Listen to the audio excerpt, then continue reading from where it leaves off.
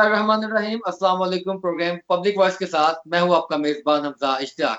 नाज़रीन, मुल्क पाकिस्तान में IMF का दौरा जारी है और IMF जो कड़ी शराइत लगा रहा है, वजारत खजाना उसको जो है वो काफी बरगलाया हुआ है, बौखलाया हुआ है इन तमाम चीजों के ऊपर, क्योंकि IMF का पहला हदफ जो है वो पाकिस्तान में से 4100 अरब रुपए के गर्दिशी कर्जों के ऊपर जो प्लान और तजावीज हैं हुकूमत पाकिस्तान से, वजारत खजाना से वो तलब की गई हैं। और उनके अवलीन प्लान में ये शामिल है सॉरी कि इन तमाम चीजों के ऊपर सॉरी कि हुकूमत पाकिस्तान इन गर्दिशी कर्जों को खत्म करने का तमाम प्लान जो है वो दे। अब बिजली के टैरिफ में सब्सिडी खत्म करने और IMF के नए मुतालबात खत्म करने का जो मुतालबा सामने आया है, और इसके अलावा जो पेट्रोल मजीद 30 रुपए फी लीटर महंगा करने की भी जो समरी है, ये तकरीबन ओगरा कुछ ही देर में हुकूमत को वक्त को भेज देगी और उनके ऊपर चीजों को डिस्कस किया जाएगा, क्योंकि जो पेट्रोलियम लेवी है इसको खत्म करने का मुतालबा भी IMF के प्रोग्राम में शामिल है। और इन तमाम चीजों को लेकर जो इन्फ्लेशन का रेट है वो भी यकीनी तौर पर बढ़ेगा। लेकिन एक और जो इस तमाम चीजों में पेशरफ्त हुई है वो ये है कि स्टेट बैंक के ज़खायर जो है वो 16% मजीद गिरकर 3 अरब 9 करोड़ डॉलर रह गए हैं। यानी इन तमाम चीजों में जहां हम मौशत को बेहतर करने की बात करते हैं, जहां हम IMF प्लान को कंटिन्यू करने की बात करते हैं, जहां हम मिनी बजट लाने की भी बात करते हैं, मिनी बजट के साथ साथ हम टैक्सेस लागू करने की भी बात करते हैं, वहां पर हमारे जो जखायर हैं उनमें कमी वाक़ हो रही है। यानी हम फौरी तौर पर उसको इंजेक्ट नहीं कर पाए कि हमारी इस मौशत को बेहतर किया जाए, हमारी इस मौशत के अंदर कुछ ऐसा जो है वो रेस्क्यू किया जाए मामलात को, कि कम से कम रिजर्व जो है वो अगर बढ़ेंगे नहीं तो कम से कम फिलहाल कम भी ना हो, क्योंकि पाकिस्तान इस वक्त जिस वेंटिलेटर के ऊपर है वो से बिल्कुल पाकिस्तान दिवालिया भी हो सकता है और पाकिस्तान को खतरात जो है वो उनसे काफी ज्यादा निपटना भी पड़ रहा है। अब इन तमाम चीजों में जो बिजली के टैरिफ में सब्सिडी खत्म करने का मुतालबा किया है IMF ने, ये यकीनी तौर पर जो माहिर मौशियात हैं और जो निज़ाम वक्त को चलाने वाले हैं वो कहते हैं कि ये बात ठीक है, हमें सब्सिडी खत्म करनी चाहिए। दुनिया के किसी भी मुल्क में बिजली के ऊपर, गैस के ऊपर इस तरह सब्सिडी नहीं मिलती जिस तरह पाकिस्तान में है। तो ये बात ठीक है, चले हम इसको तस्लीम कर लेते हैं, लेकिन पहले अवाम को इसका आदी ही क्यों किया गया? अब फौरन से अगर सब्सिडी कम की जाएगी, तो ये खबर थी जिसके ऊपर हमने कुछ सेगमेंट में प्रोग्राम भी किया इस चीज का, कि तकरीबन जो FBR के 17 ग्रेड से 22 ग्रेड के जो अफसरान हैं उनको मराहत मिल रही है, उनको 3 लाख रुपए रेंट अलाउंसेस भी मिल रहे हैं और तकरीबन 40,000 रुपए अगर वो हेडक्वार्टर के पास कहीं उसकी खिदमत करते हैं हमारी आवाम की टैक्स की जो है कलेक्शन के लिए, तो वो भी उनको मिलेंगे। अब ये चीजें यकीनी तौर पर पाकिस्तान की मौशत के साथ तो लिंक नहीं करती, पाकिस्तान की मौशत के लिए तो कभी भी बेहतर नहीं रह सकती कि आप एक तरफ दिवालिया होने वाले हों और एक तरफ आपके जो अफसरान शाही है उनकी अयाशियां चल रही हों। तो इन चीजों को टैकल करने के लिए ये IMF का मुतालबा तो बड़ा आसान है, जिसके ऊपर फौरी तौर पर जो है एक्शन होना चाहिए। लेकिन दूसरी जो बात है वो ये है कि इन तमाम चीजों के बावजूद जो स्टेट बैंक के ज़खायर कम हुए, जुमेरात के रोज रुपया अब तक की कम तरीन सतह पर पहुंच गया है और मरकजी बैंक के ज़र मुबादला के ज़खायर 3 अरब डॉलर की गैर मामूली कम तरीन सतह के करीब पहुंच गए, जबकि मुल्क मौशी और सियासी बहरान से दुचार है। स्टेट बैंक ऑफ पाकिस्तान के दादोशुमार के मुताबिक बैरूनी कर्जों की अदायगियों के बाद 27 फरवरी को खत्म होने वाले हफ्ते में ज़र मुबादला के ज़खायर 16% मजीद कम होकर 3 अरब 9 करोड़ डॉलर की सतह पर आ गए, जिनसे बमुश्किल सिर्फ 3 हफ्तों से भी कम दरामदाद की जो अदायगियां हैं वो हो पाएंगी। यानी हम इस वक्त बिल्कुल रेड जोन से भी आगे गुजर चुके हैं। हमारे पास 3 हफ्तों से ज्यादा वक्त नहीं है कि हम दरामदाद के लिए डॉलर अरेंज कर सकें और अपने ज़र मुबादला को बचा सकें। मुकामी सरमायाकारी फर्म आरिफ हबीब लिमिटेड जो है उसके मुताबिक ज़खायर फरवरी 2014 के बाद कम तरीन सतह पर हैं और सिर्फ 18 रोज की दरामदाद की अदायगियां पूरी करने के काबिल है, जो कि 1998 के बाद सबसे कम तरीन मुद्दत है। यानी पाकिस्तान के पास 3 हफ्तों से ज्यादा वो मुद्दत नहीं है जिसमें हम सिर्फ 3 अरब डॉलर के साथ या जो हमारे बचे कुछ जखायर हैं इनके साथ हम मुल्क के मामलात को चला सके। स्टेट बैंक ने कहा कि कमर्शियल बैंकों के पास मौजूद जखायर 5 अरब 65 करोड़ डॉलर हैं, जिसके साथ मुल्क के मजमूई ज़र मुबादला के जखायर 8 अरब 74 करोड़ डॉलर है। मुल्क को ताज़ा रकूम की आमद की अशद जरूरत है और बहरान से बचने के लिए IMF प्रोग्राम को जल्द अज जल्द दोबारा शुरू करने की जरूरत है। यकीनी तौर पर आईएमएफ को हमारा भी यही जो है फोकस है कि फौरी तौर पर आईएमएफ जो है वो हमारे साथ तालुक को तोड़े, उस तसल्सल को बहाल करे जो हमारा उनके साथ टूटा था, मुआहदे को रिन्यू करे। लेकिन इन तमाम चीजों में हुकूमत वक्त कितनी संजीदा है, हुकूमत वक्त जो है उसके पास क्या रोड मैप है, क्या फ्रेमवर्क है। क्योंकि अगर वो पैसे दे के चले जाएंगे चीजों की और चीजों के बाद भी हम कोई रोड मैप या हमारा फ्रेमवर्क क्लियर नहीं होगा तो हम बहुत जल्द फिर खुदा न खास्ता ऐसी सिचुएशन पर जा सकते हैं। तो हमें क्लियर करना है अभी से कि हमारा रोड मैप क्या है, जितनी हमें अमाउंट मिलेगी इसके बाद हमने कौन से ऐसे फौरी तौर पर इकदाम उठाने हैं कि जिसकी वजह से हम रेस्क्यू कर सके अपनी मौशत को भी, और जो इसमें जमूद का शिकार है सब मार्केट, उसको भी हम बेहतर तरीके से चला सकें। इन तमाम चीजों के ऊपर बात करने के लिए जो है मेरे साथ मौजूद होंगे मुकीम अहमद साहब एक ब्रेक के बाद। लेकिन नाज़रीन इंपॉर्टेंट ये है कि इन तमाम चीजों में पेट्रोल की कीमतों में भी इजाफा हो रहा है, लेकिन पेट्रोल की कीमतों में इजाफे के साथ साथ उसकी जो फरावानी है और उसकी जो मुयसर होना है वो भी कम होता जा रहा है। पेट्रोल पंप्स के अपने शिकवे हैं, ऑयल कंपनीज के अपने शिकवे हैं, वो भी सामने आ रहे हैं। यानी 30 रुपए फी लीटर का जो पेट्रोल है उसकी तकरीबन कीमत में मजीद इजाफा मुतवक्का है इस महीने में। ये जो क्यास है, ये जो हिजाम है, यकीनी तौर पर ये पेट्रोल पंप्स में भी मुतासर करेगा, ऑयल कंपनीज को भी मुतासर करेगा, बल्कि ये खुद भी ऐसा चाहती हैं कि जखीरा करेंगी। और जब हुकूमत वक्त एकदम से जिस तरह पहले रातों रात पेट्रोलियम प्राइसेस को बढ़ाया गया और लागू भी कर दिया गया, तो इस तरह का कदम होगा तो जखीरा आंदोलनों को भी फायदा होगा। नाज़रीन तमाम गुफ्तगू को हम जारी रखेंगे। मुकीम अहमद साहब सीनियर तजियाकार मेरे साथ मौजूद होंगे ब्रेक के बाद। मेरे साथ रहिएगा। We will be right back after a short break. Stay with अस।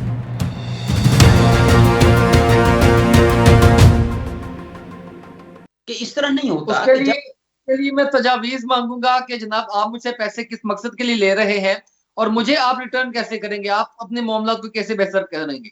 ऐसे ही है।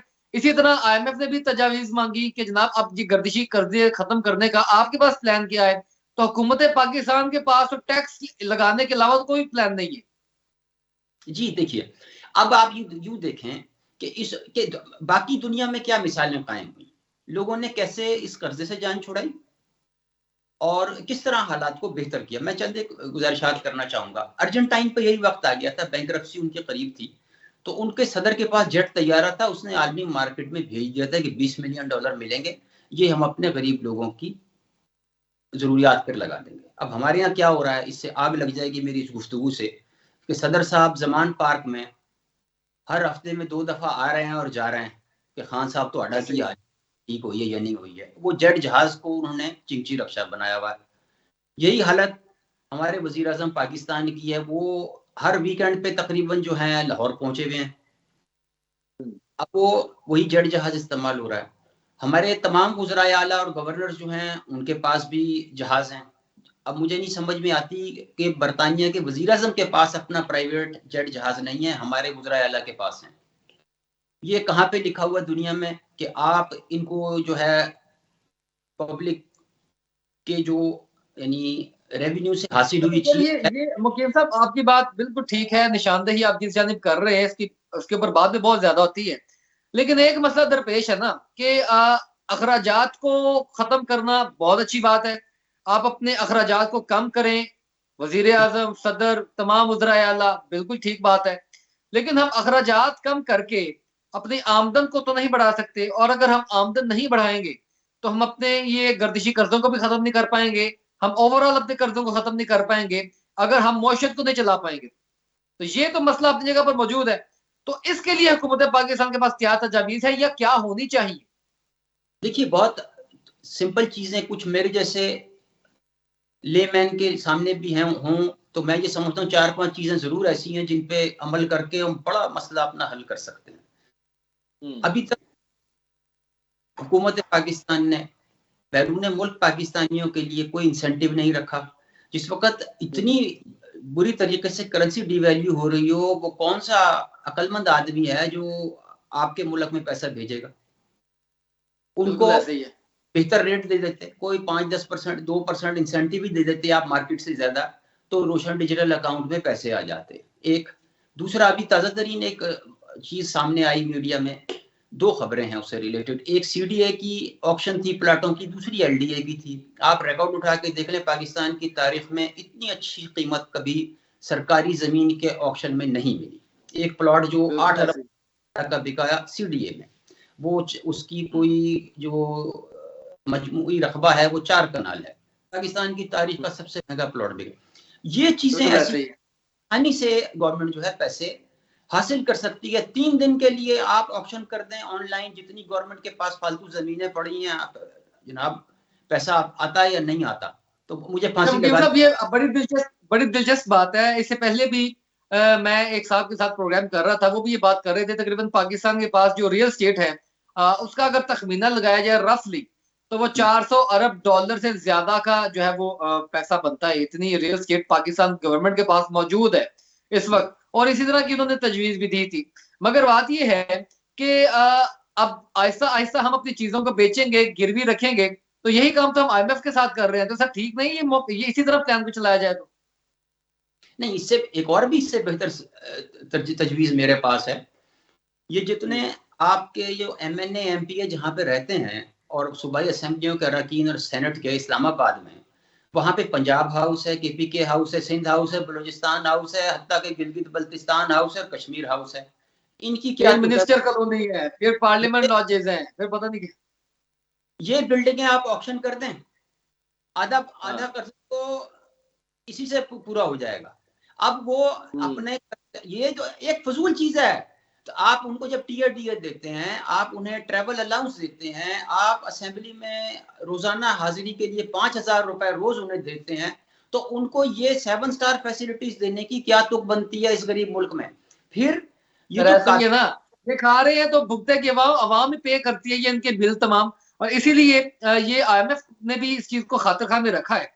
और ये जो अगला मुतालबा उसने किया है कि 17 से 22 ग्रेड के जो अफसरान और मुलाजमीन हैं, इनके घर वालों के भी एसेट डिक्लेयर होने चाहिए, इनके भी एसेट्स डिक्लेयर होने चाहिए। और ये काम अगर हुकूमत पाकिस्तान कर देती है, उनके ऊपर चेक एंड बैलेंस रखती है, तो मेरा ख्याल है कि बहुत सी चीजें वैसी क्लियर हो जाएंगी। हमजा साहब, इस सादगी पे कौन ना मर जाए खुदा।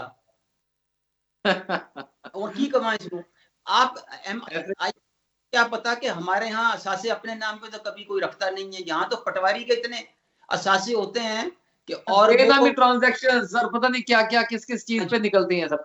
तो अभी यानी ये जो फिर वो पापड़ वाला और फलूदे वाला, हम क्या क्या उनको क्या पता है हमारे यहाँ क्या होता है? यही है ना, अपने अपने गिरेबान में हाथ पड़ जाता है अगर ये तमाम काम करे तो। नहीं चलिए ठीक है जी। अच्छा, सिर्फ 17 से 22 वाले चोर होते हैं, नीचे कोई चोर नहीं होता, मैं ये नहीं कह रहा। लेकिन यह है कि एक कोशिश है उनकी ट्रांसपेरेंसी लाने की। लेकिन हमारा जो सिस्टम है वो ट्रांसपेरेंसी की ना तो एक्सेप्ट करता है और ना उसकी कोई रिकग्निशन है हमारे यहाँ। और फिर लूप होल्स ऐसे ऐसे हैं कि जिसका तस्वुर ही नहीं किया जा सकता। तो ये मेरे हिसाब में ये एक फ्यूटाइल एक्सरसाइज होगी। लेकिन यह कि यहाँ तो वो लोगों ने ज़री इस्लाहात में आलू खान और टमाटर खान के नाम के ऊपर प्रॉपर्टी ट्रांसफर कर दी थी, हजारों एकड़ के जी वो हमारे हाथ में रहेगी। तो इस किस्म उनको भी पता नहीं है। साहब, आईएमएफ से रिलेटेड मेरा बिल्कुल आखिरी क्वेश्चन, क्योंकि मेरा फिर ये सेगमेंट खत्म होना है, फिर हमने अगले मौजू पर बात करनी है। वो ये है कि आईएमएफ हमें पैसे भी देता है और साथ साथ तजावीज भी देता है, हमसे लेता भी है तजावीज, हम फिर जो है वो अपनी तजावीज देते हैं, वो हमें अमेंडमेंट करके अपने मुताबिक चीजों को वो बताता भी है कि आप ये प्लान को इम्प्लीमेंट करें। तो हमने उस प्लान को इम्प्लीमेंट अगर किया है तो हमारा ये रिजल्ट है। हमें अब वो प्लान वो ठीक नहीं देती है या हमने अमल दरामद सही नहीं किया। मैं समझा नहीं सर, जिस तरह हुकूमत पाकिस्तान अब उनसे पैसे उसका कर्जों का मुतालबा कर रही है, उन्होंने भी हमें एक प्लान देना है ना, आईएमएफ ने एक प्लान देना है कि आप इसी तरीके से अपने मामला को चलाएं तो मामला बेहतर हो जाएंगे। ये हमेशा जब भी हम उनसे पैसे लेते आए हैं वो हमें प्लान देते आए हैं। क्या हमने उन प्लान के ऊपर अमल दरामद नहीं किया या वो प्लान गलत थे जो हमें बताए गए? देखिए, गलत भी नहीं कह सकते। अब क्योंकि अगर हमारी जेब से जा रहे हैं हमें तो हर प्लान ही गलत नजर आएगा। अगर हम मुझे टैक्स देना पड़े तो वो मुझे बात अच्छी नहीं लगेगी। मेरी बिजली महंगी हो जाए, मैं उस बंदे की शक्ल पे लानत भेज दूंगा जो बिल लेके आएगा। तो एक बिला वजह यानी एतराज बराए एतराज वाली बात है। अगर आपके हालात ठीक है, आपको क्या जरूरत है? आईएमएफ आपके घर आया था, हम जा रहे हैं ना, तो या उधर मन लो या अपनी मना लो। अब देखिए ना, देने वाला हाथ और लेने वाले हाथ में कोई फर्क तो है ना। अब तो हम ये खराबी कहीं ना कहीं तो है ना, तब कहीं ना कहीं तो वो खराबी है। आप वो खराबी किसके जुमरे में डालते हैं? आईएमएफ ने जो हमें प्लान दिया उसके जुमरे में, या उस प्लान को हमारी हुकूमत पाकिस्तान जो भी जिस जिस वक्त में भी रही वो उस तरीके से इंप्लीमेंट नहीं करवा सकी, उनकी खराबी है। देखिए, इसमें जब जब जब इम्प्लीमेंट आप करा नहीं सकते तो फिर उसे एग्री क्यों करते हैं? ये भी एक पहलू है ना इसका। अब हम ये कहते हैं कि जी हम तो टैक्स इकट्ठा नहीं कर सकते, तो भाई आपसे किसने कहा था उससे कर्जा लो? आप किसी दोस्त मुल्क से कर्जा ले आए। अब हालत ये है कि ये, बस आखिरी बात मैं एक डिफरेंट इसका एंगल में आपकी खिदमत में पेश कर रहा हूँ। देखिए, हमारी हुकूमतें ये कहती हैं कि जी कभी आईएमएफ पे लानते भेज देती हैं, कभी उनके वो जो प्लान पेश करते हैं लेकिन वो कहते हैं जाना ही नहीं है, फिर बाद में हाथ जोड़ते हैं। यही बात है ना। अब ये है कि किसी दोस्त मुल्क से आपने कर्जा माफी की बात की कि जो पिछले हैं भी माफ कर दियो अगर और नहीं मिल रहा। किसी गैरत लीडर ने ये भी नहीं कहा कि चलो हमारा सूद ही माफ कर दो, इंटरेस्ट फ्री कर दो लोन। हम 5 अरब रोजाना जो है सिर्फ सूद की मद में दे रहे हैं, वो जालिमों वो ही माफ करा लो। वैसे बड़ी दोस्ती में बताते हैं हर आदमी के फलाना शेख जड़ा है मेरी फुफीदा पुत्र है, फलाना अरब बादशाह जो है वो मसला ही कोई नहीं। और सर वो अपनी अपनी जातियात के लिए है ना, हुकूमत के लिए थोड़ी है, या अवाम के लिए, पाकिस्तान के लिए थोड़ी है।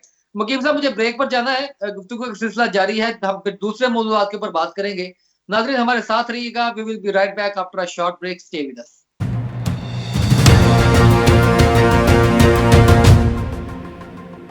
Welcome back after the break. नाजरीन, अब ये तमाम सूरत हाल है पाकिस्तान में, बहरान दर बहरान, और इन तमाम सूरत हालों में स्टेट बैंक के जो जखायर हैं वो 16% मजीद गिरकर 3 अरब 9 करोड़ डॉलर रह गई।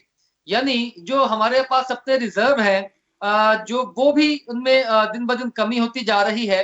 इसका मतलब ये है कि वो जो डिफॉल्ट वाली बातें हैं, जो वजारत खजाना आकर सामने कहती है कि हम बिल्कुल ठीक पोजिशन में है, या कोई डिफॉल्ट का खदशा नहीं है, कोई डिफॉल्ट नहीं करने जा रहा है मुल्क, इन तमाम बातों में कोई सदाकत नजर तो नहीं आ रही, क्योंकि हाथ को जोड़कर इस वक्त आईएमएफ के तरले किए जा रहे हैं, और आईएमएफ आपसे आपका मुआशी प्लान जो है वो तलब कर रहा है, और आपके पास वो भी फिलहाल नहीं, कोई रोड मैप नहीं है कि आप आईएमएफ को मुतमईन कर सकें। और अब ये जो जखायर में कमी आ रही है, ये बाकी रेड जोन है और रेड लाइन है पाकिस्तान के लिए। लेकिन इन तमाम चीजों में देखना ये है कि रुपए की जो वैल्यू है वो भी डेप्रिशिएट हो रही है, डॉलर की फ्लक्चुएशन भी आपके कंट्रोल में नहीं आ रही। आईएमएफ इन तमाम चीजों के ऊपर आपसे प्लान तलब कर रहा है। आपकी फौरी तौर पर तजावीज क्या है, और आपके फौरी तौर पर क्या प्लान ऑफ एक्शन है इन तमाम चीजों को जो है वो टैकल करने के लिए? अब मुकीम साहब मेरे साथ मौजूद है। मुकीम साहब, आपके सामने सूरत हाल है सर।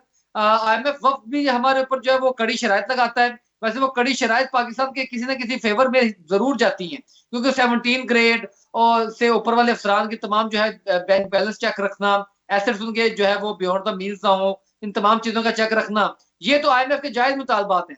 अब ये जो स्टेट बैंक के जखायर है, ये जो कम हुए हैं, अब आईएमएफ अगर हमें फौरी तौर पर इंजेक्ट करता है, हमारे मुतालबात मान लेता है, तो हम इन जखायर को किस हद तक बढ़ा सकते हैं, और इन जखायर को कितना आगे डिरेल कर सकते हैं, कितना लेट कर सकते हैं, या कितना हम जो इस्तेमाल कर सकते हैं चीजों को बेहतर करने के लिए? ऐसा लगता है कि हमारी खारजा पॉलिसी भी किसी काम नहीं आ रही। 17वां दौरा है हमारे वजीर खारजा का अमरीका का, बाकी ममालिक भी उसमें शामिल हैं। हमने क्या हासिल की खटिया ऐसी, यूं समझ लें कि जब ना तो किसी दोस्त मुल्क से मदद मिल रही है, ना कोई कर्जे रोल बैक कर रहा है, ना कोई रिजर्व में मदद हो रही है। उन्होंने की है, लेकिन यह है कि हमारे मसाइल उनकी मदद से बहुत ज्यादा बड़े हैं। आपके सामने शहजाद जदगान की मदद के लिए जो 800 बिलियन डॉलर की अपील की थी अक़वाम मुत्तहिदा ने, उसका भी कोई नतीजा नहीं निकला। बातें ही बातें हुई, वहां भी नारे शारे, और वो उनको ये बता दिया गया कि जितने के वादे कर दिए, इतने के प्रोमिस हो गए। अब वो अल्लाह जाने वो प्रॉमिस फुलफिल हुए या नहीं हुए। अगर हुए होते तो हालत ये नहीं होती। फिर उसमें यह है डॉलर की स्मगलिंग हम नहीं रोक सके, ये एक्सेप्ट करना चाहिए, और अभी तक हो रही है। फिर ये जिन कंपनीज ने और बैंकों ने इस पे सट्टा खेला था मिफ्ता के आखिरी दौर में, और जिसके और ये सागदार साहब के आने पे जी, वो हमें कोई नतीजा नहीं मिला कि उनको कोई जुर्माने लगाते बड़े बड़े और वो पैसे लेके खजाने में जमा कराते तो उनको भी आराम आ जाता और हमें भी अफाका हो जाता। तो हमने तो ये भी कोई नहीं किया। किसी भी कारोबारी तबके ने ये नहीं कहा कि हम खुद से 1 या 2% भी टैक्स बढ़ा के खजाने में जमा कराने के लिए राजी हैं कि इस मुल्क से हमने सब कुछ कमाया। हमें वो भी मिसाल नहीं मिलती। फिर देखिए मीडिया हाउसेस, बड़े बड़े मीडिया हाउसेस हैं, ये बड़ी बदकिस्मती है कि हमारे यहाँ, मुझे ये कहना पड़ रहा है, वो टैक्स पूरा नहीं दे रहे। हमारे वकला हैं, कितने आदमी हैं जो पूरा टैक्स देते हैं। आप वकील करने जाएं, उसकी फीस पूछें, और अगर टैक्स की रसीद मांग लें तो वो पहले आपको फाइन लगा देगा। हमारे नहीं ना डॉक्टर, सर, ये टैक्स नेट में लाना, इन लोगों को टैक्स का सिस्टम बेहतर करना।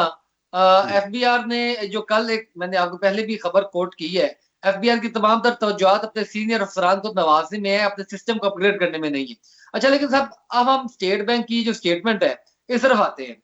अब स्टेट बैंक के जो हमारे जो गवर्नर हैं वो भी बड़ा सामने आए थे, वो कहते थे कि पाकिस्तान को डिफॉल्ट का खदशा नहीं है। लेकिन अब ये जो जखायर हमारे डे बाय डे कम हो रहे हैं, इनमें सरप्लस क्या फौरी तौर पर आईएमएफ के साथ कॉन्ट्रैक्ट करने से हमें एकदम से पैसे तो नहीं मिल जाने, तो ये सरप्लस कैसे आएगा? हम ये चले सरप्लस आता है या नहीं आता, इन मामलों को रोकेंगे कैसे? क्योंकि आपके पास दरामदात करने के लिए भी डॉलर मौजूद नहीं है। आपके पोर्ट्स के ऊपर शिप्स खड़ी हुई हैं और आपको जो है वो रिलीज करवाने के लिए आपके पास डॉलर ही नहीं है, आपकी एलसीज अभी तक ओपन नहीं हो सकी। तो इन हालात में पाकिस्तान के लिए आईएमएफ बहुत जरूरी है, ठीक है, बात को मान लिया, लेकिन फौरी तौर पर पैसा तो नहीं आएगा। वो फौरी तौर पर पैसा कहां से जनरेट किया जाएगा? हाँ जी, ये एक कैच-22 की सिचुएशन है। वो अंडा पहले या मुर्गी पहले। लेकिन इस वक्त ये है कि आईएमएफ पहले, वो जिस वक्त वो मंजूर कर देगा तो बाकी कोई 7-8 इदारे और ममालिक जो हैं वो लाइन में इंतजार में हैं कि पाकिस्तान का आईएमएफ के साथ हलाला हो जाए, तो इसके बाद वो अपना रिश्ता पेश करेंगे। तो आपको जहेज में कुछ डॉलर मिलने की उम्मीद रखनी चाहिए। माजरत मैं इस टोन में बात कर रहा हूँ, लेकिन है सूरत हाल यही।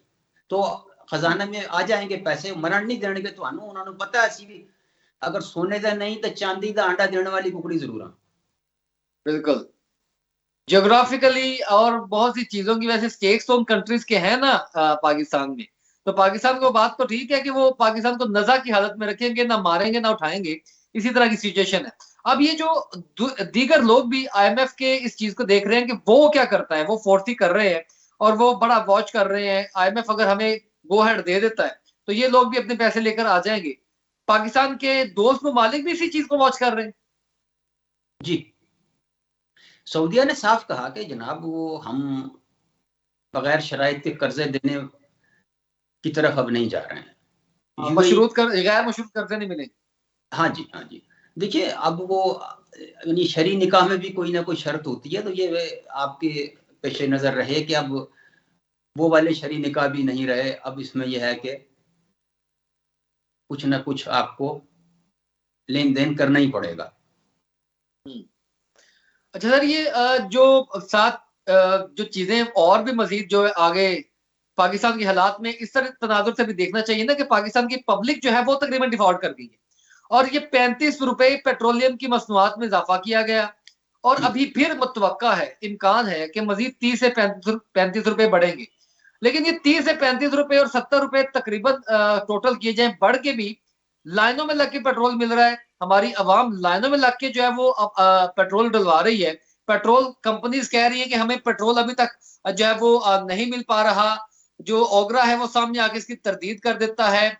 इन तमाम चीजों के अंदर पाकिस्तानी अवाम को वो रिलीफ नहीं मिल पा रहा। तो हुकूमत वक्त जो है, अगर आईएमएफ के साथ हम डील कर लेते हैं और हमें जो है इन तमाम चीजों के अंदर पेट्रोलियम कम जो हमें बर्डन है ये उठाना पड़ता है, तो पेट्रोलियम के बर्डन के बाद भी पाकिस्तान इन तमाम टैक्सेस के बाद भी फौरी तौर पर क्या ऐसा इनको रेस्क्यू हो सकती है चीजें कि वो कम से कम डाउन ना जाए, एक लेवल पे तो रहे? पेट्रोल एक ऐसी कमोडिटी है कि जो हमारे हर टैक्स का नुकसान पूरा करती है, और इस पर टैक्स लगाना बड़ा आसान होता है कि रात को उन्होंने अनाउंस किया और सुबह से नई कीमत के हिसाब से लोग खरीदने पे मजबूर हो जाते हैं। तो ये सारी उम्र से हमारे यहाँ ये एक इनडायरेक्ट टैक्सिंग की एक रिजीम चली आ रही है। जिसको लान तान सारे करते हैं, और लेकिन यह है कि उसे एक्सेप्ट किया जाता है। या तो ये हो जाए ना कि लोग पेट्रोल खरीदने से इनकार कर दें, लोग बिला वजह सफर से इनकार कर दें, गैर जरूरी सफर को छोड़ दें, वो भी नहीं हो रहा। ये भी पॉसिबल नहीं है ना। जिस तरह नहीं नहीं, हुक्मरानों के लिए अपनी अयाशियां छोड़ना मुमकिन नहीं है, इसी तरह पाकिस्तानी अवाम भी जो है वो इन चीजों के ऊपर तो कतई तौर पर नहीं आएगी। लेकिन ये हमें आहिस्ता आहिस्ता करके क्यों डोज दी जाती है? एकदम से हमारे ऊपर 70 रुपए 100 रुपए पेट्रोल की प्राइसेस बढ़ा दी जाए और हमारे साथ वादा किया जाए पब्लिक के साथ कि जनाब 6 महीने तक आपके हालात बेहतर हो जाएंगे। तो सर अवाम को कुछ एतमाद तो हो। इन हालात में आप 35 रुपए फिर बढ़ाते हैं, फिर 35 रुपए बढ़ाते हैं, उसके बाद भी क्योस की हालत रहती है। उसको तो कम से कम खत्म किया जाना चाहिए। सर आप कह रहे हैं एक दफा ही लगा दें 200-400 रुपए ताकि ये मजेदारी खत्म हो जाए। ये वो जो ऐसे था ना, वो अल्लामा इकबाल का मिसरा कि जी वो पलटना झपटना और झपट कर पलटना झपट कर पलटना। है एक बहाना। तो हुकूमतों के पास जो है ना, ये लहू गर्म रखने का यह है एक बहाना कि अच्छा। आप, हाँ, आपको एक दफा अगर उन्होंने 200 रुपए फी लीटर इजाफा कर दिया तो फिर आपने जो उनका हाल करना है वो उससे डरते हैं। तो इसलिए आपको वो होम्योपैथिक तरीके से। डरते कहाँ पे है सर? डरते होते तो ये हालात होते। सर देखिए, इस अवाम का पता कोई नहीं है। वैसे अभी तक तो धनिया का शरबत बिक रहा है, लेकिन जिस वक्त जो है वो, सर वो धनिया जो है वो सिरायत कर चुका है खून के अंदर। मेरा नहीं ख्याल कि वो जागने वाली चीज है। अब देखें जी, पता नहीं है, लेकिन यह है कि वो तंग आमद बजंग आमद इतना भी किसी को कमजोर नहीं समझना चाहिए और ना ही उसका इतना इम्तहान लेना चाहिए। लेकिन यह ना कि वो लीडर लीड्स बाय एग्जाम्पल, वो चक्कर हमें कहीं भी नजर नहीं आया कि जब वो मैं कर्ज उतारो मुल्क संवारो और खुद उसी की देता, लोगों से आप वो कुर्बानियां मांगते हो, जिहाद पे जाना होता है, लोगों के बच्चे मरवा देते हो और उनको शहीद बता देते हो। और जी इसी लीडरों की बातें कर रहा हूँ कि जी वो अच्छा। वैसे ये मुकीम साहब ये चूरन भी पुराने हो गए हैं। पाकिस्तान की अवाम इस चीज को समझने लग पड़ी है। वैसे मैं एक आखिरी सवाल आपसे पूछना चाहूंगा, इसी कॉन्टेक्स्ट में है। आप बरतानिया में मुकीम है। बरतानिया में इस वक्त पेट्रोल की क्या प्राइस है? सर 1 पाउंड 60 सेंट के करीब है लीटर की। यानी फिर तो ठीक है ना सर। पाकिस्तान में अगर इतनी हो, इतनी भी नहीं है अभी मेरा ख्याल। सर अब देखिए, हर उसको लोग गलत तनाजुर में फिर ले लेते हैं। अगर आपको ये कहेंगे जी इतने की वहां है तो फिर उससे आमदनी भी तो इतनी है ना जी। भाई बात ये है, हाँ, लेकिन वो आप उनके दूसरे टैक्सेस का आपको अंदाजा नहीं है हाँ। कि जो अमीर मुल्क हैं वो शहरियों के टैक्सेस से अमीर हैं। उनके यहाँ कोई हीरे की कानें नहीं है। वो तो आलू आलू के अलावा वहां फसल कोई नहीं उगती बरतानिया में। सर आईएमएफ भी यही कहता है ना कि जनाब दीगर पेट्रोलियम जो कंट्रीज है वहां पर कोई सब्सिडी नहीं है। वो इतनी जो है वो मार्जिन नहीं रखते। आपने बड़ी सब्सिडाइज किया हुआ अपनी पब्लिक को। तो जो नॉर्मल रेट में तो लेके आए, आदमी मंडी के रेट के मुताबिक तो लेके आए पेट्रोल को अपने। देखिए ये इसी तरह है कि आप कोई दुकान करते हैं, फॉर एग्जाम्पल आप 10 रुपए किलो को चीज लाते हैं, 7 रुपए किलो कैसे बेच सकते हैं? कितने दिन वो दुकान चलेगी? तो ये असल में ये जो भार है अच्छा, ये ना, तो अवाम की भी समझने की चीज है ना सर। हमें देखिए, फेस करना पड़ेगा तो दिलेरी से फेस करें फिर। नहीं देखिए अवाम को लेकिन अवाम ये देखती है ना कि हुक्मरानों की करप्शन और अय्याशियों की वजह से हम इस नतीजे पर पहुंचे हैं। वो महंगा पेट्रोल। डेफिनेटली फिर उनको जो थोड़ा सा ज्यादा मायूब लगता है। वैसे धनिया जो है वो सिरायत कर चुका है, अदरवाइज कोई चीज नहीं है। मुकीम साहब आपका बहुत शुक्रिया प्रोग्राम में वक्त देने के लिए। नाजरीन तमाम गुफ्तगू आपने सुनी। आखिर में यही, हुकूमत वक्त जो है वो शायद जो है वो इस तरह इंजेक्ट करना चाहती है पाकिस्तानी अवाम को कि इनमें से आधी आबादी जो है वो शायद बचे ही ना। क्योंकि पेट्रोलियम मसनूआत में ये फिर से इजाफा किया जाना मुतवक्का है। तो अगर करना है तो आप फौरी तौर पर कर दें। उससे पहले मार्केट में हैजानी कैफियत क्यों? ये पेट्रोल की अदम दस्तियाबी क्यों? और हमारे जो जखायर जो कम हो रहे हैं, ये तमाम उसी क्योस के होने की वजह से हैं। खुदारा इस क्योस को खत्म किया जाए। जो भी फैसले होने हैं वो तो होने हैं। हुकूमत पाकिस्तान के साथ अवाम खड़ी होगी, लेकिन इस क्योस को खत्म किया जाए। इसी पैगाम के साथ अपने मेजबान हमजा इश्तियाक को इजाजत दीजिए। अल्लाह पाक हम सबका हामी नासर हो। अल्लाह हाफ़िज़।